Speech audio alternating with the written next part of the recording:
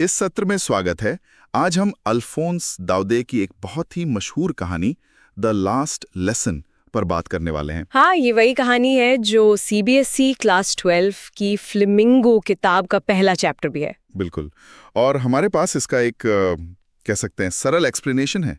तो चलिए इस कहानी की परतों को खोलते हैं। देखते हैं कि ये भाषा, पहचान और शायद थोड़ी लापरवाही के बारे में क्या कहती है ना? हाँ, लापरवाही शायद सही शब्द है। तो कहानी की पृष्ठभूमि वो है फ्रांस का अल्सास और लोरेन इलाका। अच्छा। बात है 1870-71 के फ्रैंको प्रशियन युद्ध के बाद की, जब जर्मनी ने इन पर कब्जा कर लिया था। ओ, तो मतलब राजनीतिक माहौल बदल गया था पूरा। हाँ जी, और इसका सीधा असर पड़ा स्कूलों पर। एकदम से हुक्म आया कि भाई अब फ्रेंच नहीं पढ़ाई जाएगी। फ्रेंच बंद, सिर्फ जर्मन। सोचिए जरा, रातों रात आपकी पूरी स्कूली भाषा ही बदल दी गई। ये तो बहुत बड़ा बदलाव है। और इसी माहौल में हमारा मुख्य किरदार है फ्रांस, एक छोटा लड़का। हाँ, फ्रांस। और सच कहें तो उसे स्कूल जाने में या फ्रेंच पढ़ने में कोई खास मजा नहीं आता। मतलब आम बच्चों जैसा ही। बिल्कुल, खासकर वो ग्रामर, पार्टिसिपल्स वगैरह, उससे तो वो दूरी भागता था। थोड़ा कह सकते हैं लापरवाह सा। हाँ, हम सब शायद कभी न कभी ऐसे रहे हैं अपनी पढ़ाई को लेकर। सही बात है। और कहानी की शुरुआत में ही वो स्कूल के लिए लेट हो गया है। अच्छा, लेट भी है? हाँ, और ऊपर से डर भी है कि उसके टीचर एन हैमल वो पार्टिसिपल्स पर सवाल पूछेंगे। ओहो, डबल मुसीबत। लेकिन जैसे ही वो स्कूल के लिए निकलता है, उसे रास्ते में और फिर स्कूल पहुंचकर माहौल कुछ बदलावा सा लगता है। कैसा बदलाव? जैसे टाउन हॉल के पास बुलेटिन बोर्ड पर काफी भीड़ थी, सड़कें अनयूजुअली शांत थीं, स्कूल में जो रोज बच्चों का शोरगुल होता है वो बिल्कुल गायब। अजीब है। और क्लास में पहुंचकर देखता है कि पीछे की बेंचेस पर गांव के कुछ बड़े बुजुर्ग लोग बैठे हैं, चुपचाप। गांव के बुजुर्ग क्लास में? भारीपन सा था, कुछ अलग था उस दिन। ये जो छोटी छोटी चीजें बदलने का जिक्र है ना, ये बड़ा दिलचस्प है। अक्सर बड़े बदलावों की आहट ऐसी मिलती है ना? सही कहा। रोजमर्रा की चीजों में बदलाव, और फिर आता है वो पल, वो घोषणा जो सब कुछ बदल देती है। एम हैमल की घोषणा। हाँ, एम हैमल बहुत ही संजीदगी से, भारी मन से बताते हैं कि ये उनका आखिरी फ्रेंच लेसन है। आखिरी क्यों?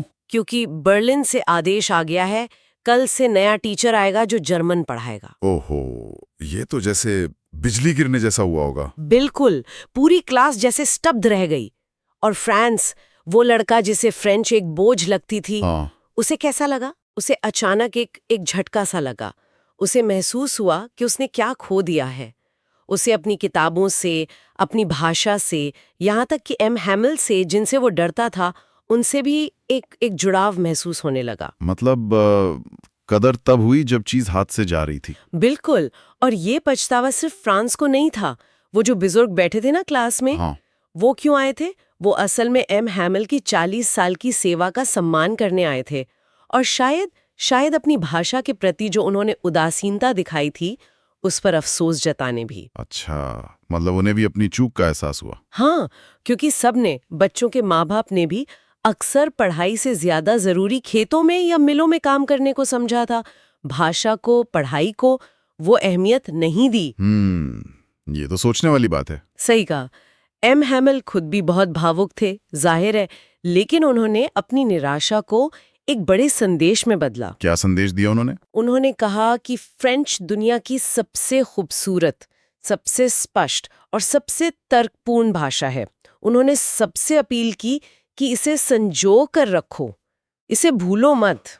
अपनी भाषा को बचा कर रखो। हाँ, और उन्होंने एक बहुत जरूरी बात कही कि जब तक लोग अपनी भाषा से जुड़े रहते हैं, अपनी भाषा को पकड़े रहते हैं, तो ये ऐसा है मानो उनके पास अपनी गुलामी की जेल की चाबी हो। जेल की चाबी? वाह! मतलब भाषा सिर्फ बोलने का तरीका नहीं है। नहीं, बिल्कुल नहीं। वो आपकी सोच का ढांचा है, आपकी संस्कृति है, आपकी पहचान है, और आपकी आजादी का प्रतीक भी। ये जेल की चाबी वाली बात ही बहुत गहरी है। मतलब अगर भारी हालात मुश्किल भी हों, अपनी भाषा में सोचना, महसूस करना, ये अपने आप में एक आजादी है। हाँ, बिल्कुल। भाषा खोना शायद अपनी सोच का, अपनी पहचान का एक हिस्सा खोना है। सही बात। और कहानी का अंत, वो तो बहुत ही मार्मिक है। क्या होता है अंत में? चर्च की घड़ी 12 बजाती है, दोपहर। उसी समय बाहर प्रशियन सैनिकों की तुरही की आवाज आती है, ड्रिल से लौटते हुए। ओ, हामिल का चेहरा एकदम पीला पड़ जाता है।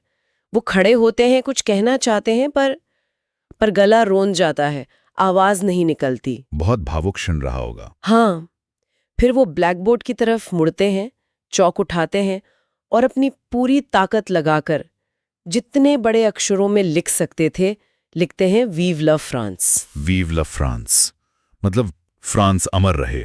फ्रांस जिंदाबाद। और बस फिर वो दीवार के सहारे सिर टिका लेते हैं और बिना कुछ बोले हाथ के इशारे से ही क्लास खत्म कर देते हैं। उफ, क्या अंत है। तो इस पूरी कहानी को, उस चर्चा को समेटते हुए इसका सार क्या निकलता है? सबसे महत्वपूर्ण बात क्या है?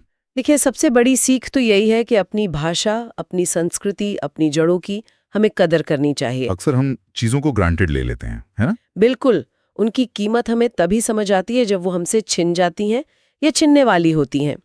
जैसा स्रोत में भी कहा गया है, भाषा वो वाकई स्वतंत्रता और पहचान का प्रतीक है। प्रतीक ही नहीं, शायद वो हमारी पहचान का हिस्सा है। हाँ, हमारे अस्तित्व का हिस्सा है, हमारी सोच का हिस्सा है। हाँ, तो ये कहानी एक तरह से हमें जगाती है कि जो हमारे पास है उसे सराहें, उसे जिएं, इससे पहले कि वो बस एक याद बन जाए। सही कहा। और शायद जाते जाते एक सवाल हम सबके सोचने के लिए छोड़ सकते हैं। बिल्कुल, क्या सवाल? ये कहानी हमें ये सोचने पर मजबूर करती है कि हम अपनी रोजमर्रा की जिंदगी में और किन चीजों को भाषा के अलावा शायद अपने रिश्तों को, अपनी सेहत को या बस अपने वक्त को कितना हल्के में ले रहे हैं। अच्छा सवाल है। क्या हमें वाकई उनकी अहमियत समझने के लिए किसी बाहरी झटके का, किसी लास्ट लेसन का इंतजार करना चाहिए?